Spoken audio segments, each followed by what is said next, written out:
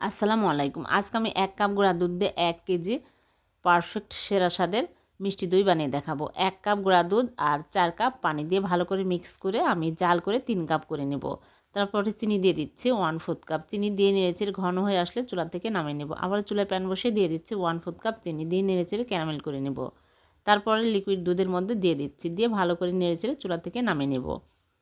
তারপর এখানে আমি টক দই নিয়েছি 1/2 কাপ, পানি ঝরিয়ে নিতে হবে, ভালো করে ফেটে নিয়েছি। এখন আমি এই দুধ হালকা কুসুম হয়ে আসলে দুধের মধ্যে দিয়ে ভালো করে মিক্স করে নেব।